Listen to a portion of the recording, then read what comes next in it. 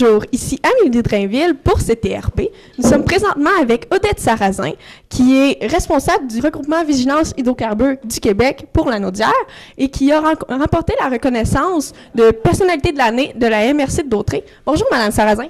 Bonjour, jeune demoiselle. Vous allez bien? Très, très bien, oui. OK. Est-ce que vous pouvez nous parler un peu de la reconnaissance que vous avez eue? On se sent comment quand on reçoit un tel prix? Écoutez, j'étais plutôt gênée. Je m'attendais pas à ça. C'était surprenant. Mais par contre, de savoir qu'on est reconnu pour le travail qu'on fait, le travail bénévole, et c'est surtout que moi, ça me permettait de reconnaître tout le travail citoyen qui est fait derrière moi, comme j'ai déjà expliqué. C'est que quand même, les comités vigilants d'hydrocarbures de la Naudière, il y en a quand même 12, ce qui regroupe environ 200 personnes actives dans ce dossier-là. Et aussi, j'ai un autre dossier que je porte aussi, qui est le marché de solidarité régionale de Brandon, dont aussi encore une cinquantaine de bénévoles travaillent à ce marché-là, à cette organisation-là.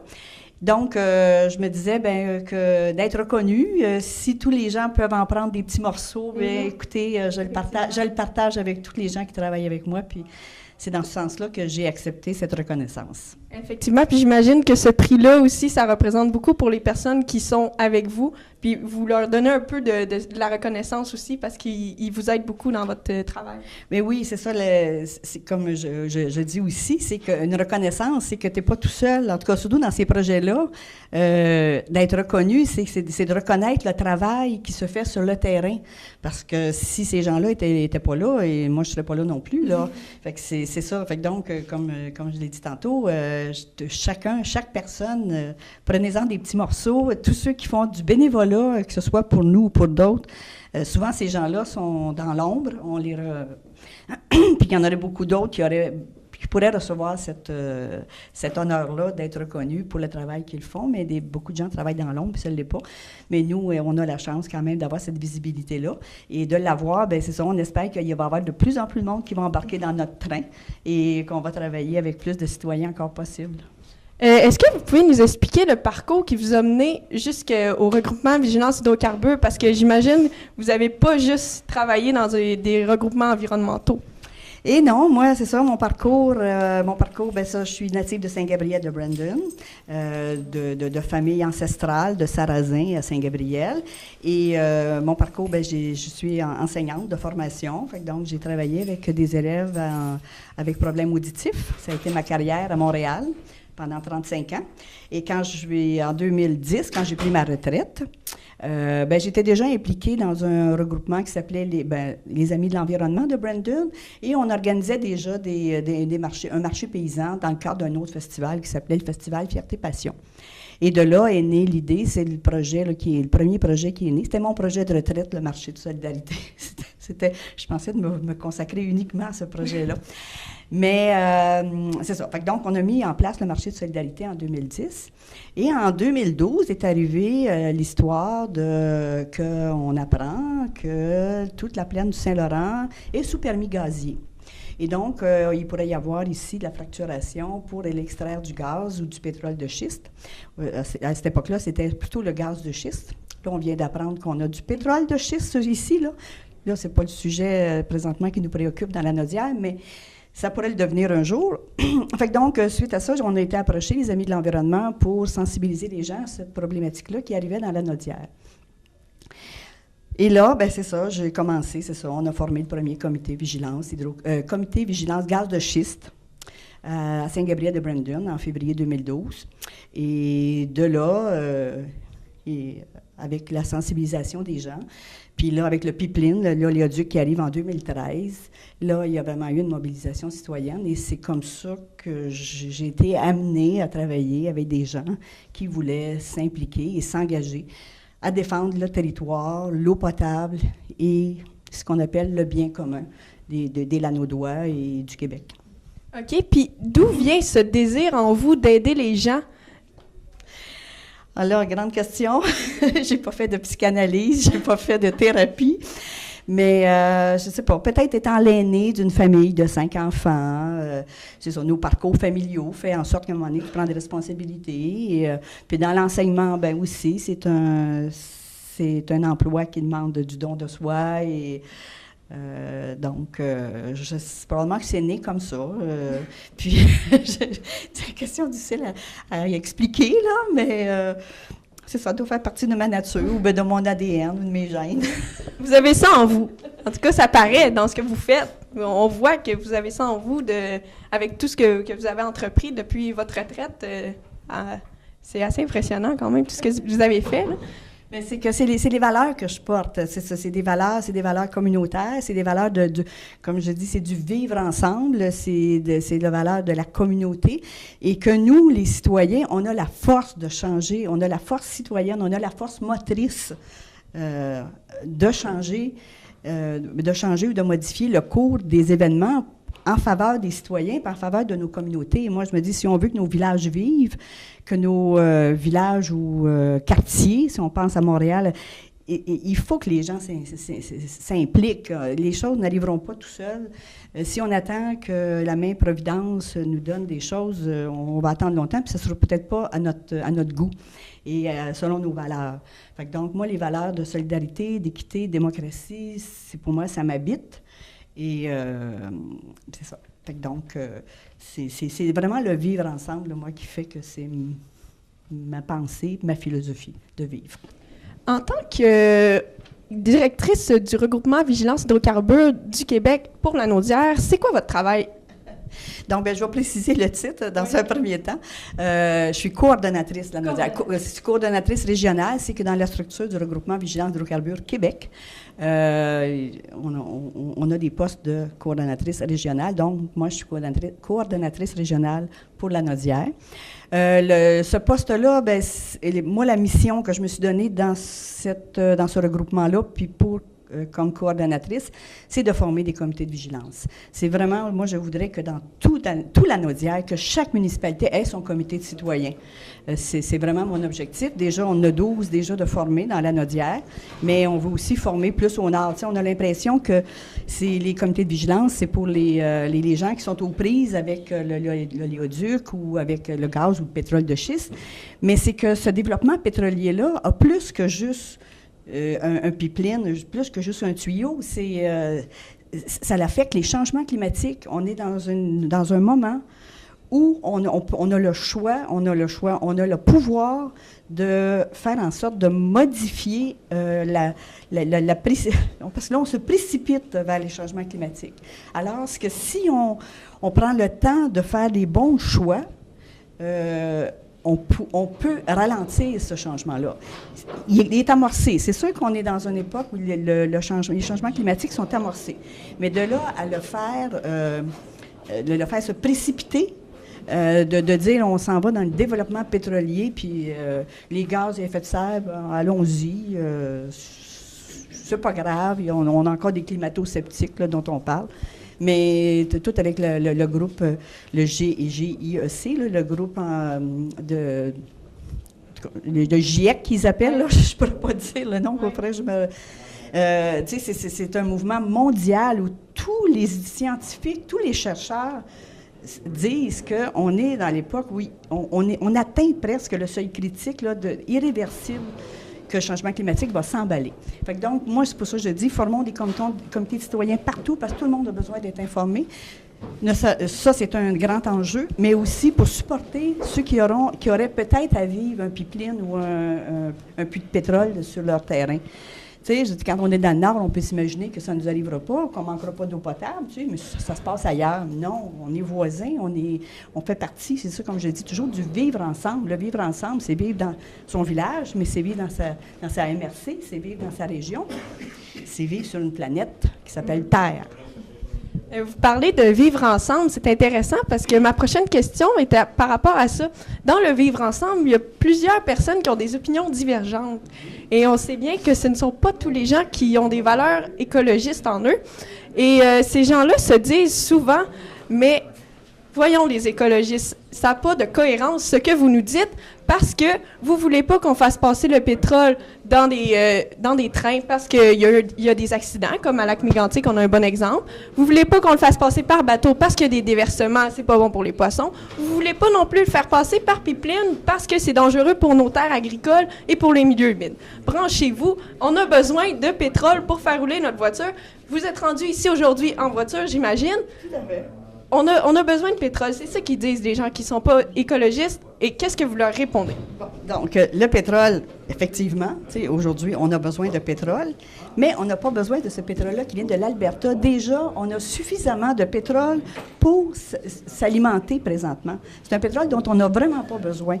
Deuxièmement, ce pétrole-là, nous, au Québec, on pourrait encore en avoir encore moins besoin parce qu'on a l'énergie électrique. Il s'agit d'aller vers la transition.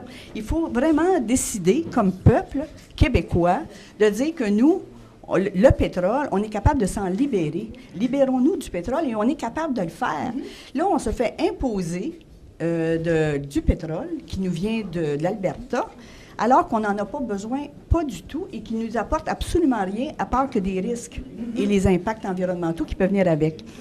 Et si on fait un peu d'histoire aussi, quand est arrivé le temps où on a passé du cheval à l'auto, il y a eu un moment aussi que les gens disaient, écoute, ça n'a pas de bon sens, on ne peut pas aller avec une voiture. C'était impensable qu'on change complètement de mode de transport, de passer du cheval à la voiture.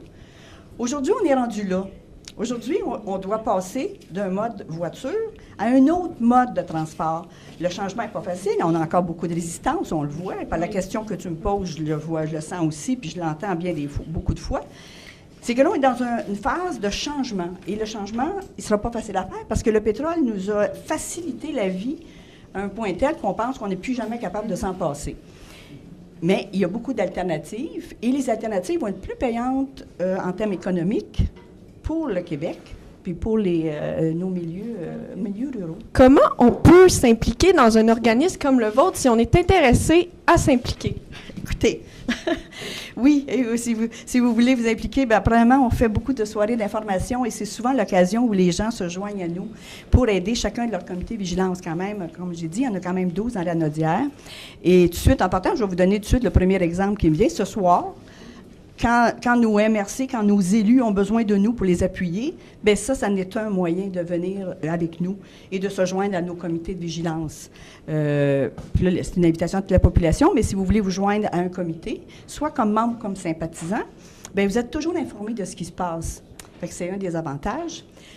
Deuxièmement, aussi, le 21 janvier, à Saint-Cuthbert, il y aura une soirée d'information avec Jacques Tétrault, qui est biologiste de formation, qui est aussi notre coordonnateur général. Fait que donc aussi, c'est l'occasion de s'informer, c'est ce qu'on se rend compte. Puis là encore, des fois, peut-être que dans vos parcours, vous avez peut-être parlé, bon, un pipeline, un oléoduc, c'est quoi? Gaz de schiste, pétrole de schiste, hydrocarbures, c'est quoi ça? Puis les gens disent, bien, puis moi encore, il y a un peu avant Noël, quelqu'un de Saint-Cuthbert, je lui dis, écoute, tu connais, tu sais, il y a un pipeline qui va passer à Saint-Cuthbert. Quoi? Un pipeline? Ils ne savent pas. Fait que donc, l'information est primordiale. Et c'est dans ce sens-là que se joindre à un comité de vigilance ou à un comité citoyen pour être informé, c'est la base là, de la participation citoyenne. Tu sais, on ne s'implique pas parce qu'on ne connaît pas. La connaissance fait qu'on sait pourquoi on s'implique, on sait qu'on a un impact. Et puis là, c'est ça. Fait que donc, puis nos élus, parce que ça passe par les municipalités avant tout, les projets vont avoir les impacts de ce projet-là, pétrolier, entre autres, si on parle du pipeline, a des impacts avant tout sur les municipalités. C'est les premiers qui vont vivre les problèmes. Quand tu vas avoir un déversement, qui on va appeler? La sécurité civile, la sécurité pour sécuriser les lieux, pour fournir l'eau potable à des gens qui n'auront plus d'eau potable. Ça va être les municipalités qui vont être au cœur. Là, ils sont au cœur des décisions, mais ils sont au cœur aussi des problématiques qui vont survenir. Fait que donc, c'est pour ça que là, présentement, on s'engage comme comité de vigilance vraiment à soutenir nos élus. C'est pour ça que les rencontres à vos conseils municipaux, à notre conseil des maires, à notre MRC, c'est primordial. On sait que la jeunesse est de plus en plus conscientisée. Ça doit être une motivation pour vous. Puis, ce que je me demande, c'est quels conseils vous pourriez donner aux jeunes, puis aux moins jeunes aussi, qui se sensibilisent de plus en plus à l'environnement, puis qui veulent faire leur part, mais qui n'ont pas le temps de s'impliquer dans un comité? Bien, non, c'est ça, pas le temps de s'impliquer, mais c'est donner de l'information. Déjà, tu sais, si vous n'êtes pas dans un comité, mais que vous recevez l'information, mettons que vous vous joignez à un comité de vigilance, vous n'avez pas le temps de vous impliquer, puis de planifier, d'être en réunion, puis de planifier une activité, mais de dire, moi, je vais être sympathisant à ce comité-là, je vais donner mon nom, parce que quand je reçois de l'information, je peux le distribuer alentour. Donner l'information aux gens alentour, c'est une des premières choses, en tout cas, qui aide vraiment la sensibilisation puis l'information qu'on peut donner aux citoyens. C'est d'en parler. Il faut que tout le monde soit au courant. D'aller passer une soirée de temps à autre à son conseil municipal, à son conseil des maires, quitte à vous apporter un livre, si des fois il y a des moments où vous trouvez que c'est un peu ennuyant ou embêtant, mais le fait d'être là puis d'entendre, c'est ça, nos élus, parce que comme je le dis, les élus, c'est une partie de notre vie, là. C'est comme quand je parle du vivre ensemble, c'est de vivre avec nos élus. Et comme je dis, c'est les premiers répondants. Fait que donc, je dis aux jeunes et aux moins jeunes, bien, prenez le temps au moins d'aller faire au moins une rencontre ou deux, puis de parler à vos élus, puis de parler de vos préoccupations. Parce qu'est-ce qu'on s'est fait dire dans ce dossier-là, à un moment donné, avec certains élus, des gens qui sont allés voir leur conseil municipal en disant, bien, t'es tout seul il n'y a pas personne qui est venu me voir, me dire que ça dérangeait. Léoduc, de quoi tu parles, toi? Fait que là, les élus, s'il y a une personne qui s'en mêle, bien là, ils disent, écoute, ça ne concerne pas tout le monde, là, tu sais. Fait que donc, c'est ça. Pour les jeunes et moins jeunes, c'est ça, c'est la participation. Il faut être présent aux discussions et aux échanges. Okay. En tant qu'écologiste, auriez-vous un dernier message à dire à la population? Vous êtes comme la représentante des mouvements écologistes dans l'Anaudière, maintenant que vous avez reçu cette reconnaissance. Donc, votre message d'écologiste à la population? Bien, écoutez, c'est de s'informer, c'est ça, d'avoir l'esprit critique. Puis, il y a plein d'occasions où vous pouvez émettre un commentaire, ne serait-ce que des commentaires quand vous recevez votre journal, puis qu'il y a quelque chose qui vous interpelle, faites un commentaire. Il y a aussi, bien là, il va y avoir des audiences, des bureaux des audiences publiques bientôt, de faire un mémoire, de vous mettre quelques-uns ensemble, d'écrire quelque chose qui vous préoccupe. Parce que c'est ça, je veux dire, il faut que toute la population soit consciente des risques qu'il y a à ces... en tout cas, là, on parle du développement pétrolier, puis que vous avez des opinions là-dessus, mais il faut les exprimer, il faut les dire, puis il faut les porter. Moi, ce que je pourrais dire, pour résumer tout ça, là, c'est d'aller porter votre message publiquement. Si vous restez dans votre salon ou sur votre balcon à regarder passer les centaines de voitures, en espérant qu'il y ait plus de bicyclettes, puis peut-être des voitures électriques, ça s'en vient. Mais c'est ça, tu sais, je dis, c'est d'aller porter le message publiquement, de venir le dire à votre conseil municipal, de faire partie d'un comité, d'être dans vos écoles et de regrouper des gens pour présenter des mémoires, d'appuyer des gens. C'est ça, des pétitions. Les pétitions, ça a un poids, ça aussi. Fait que donc, tout ça fait que, c'est ça, la force citoyenne, la force motrice citoyenne va vaincre. Bien, merci beaucoup, Mme Sarrazin. Puis pour finir, ben, je crois que vous avez reçu une belle reconnaissance, mais je crois qu'une plus belle reconnaissance encore, ce serait des décisions concrètes de nos politiciens qui reflètent nos valeurs écologistes, les valeurs d'un futur Québec vert. Donc, tout à fait. Écoutez, c'est le mieux qu'on peut se souhaiter, c'est d'avoir, nos milieux de vie soient de qualité, un droit à un environnement sain.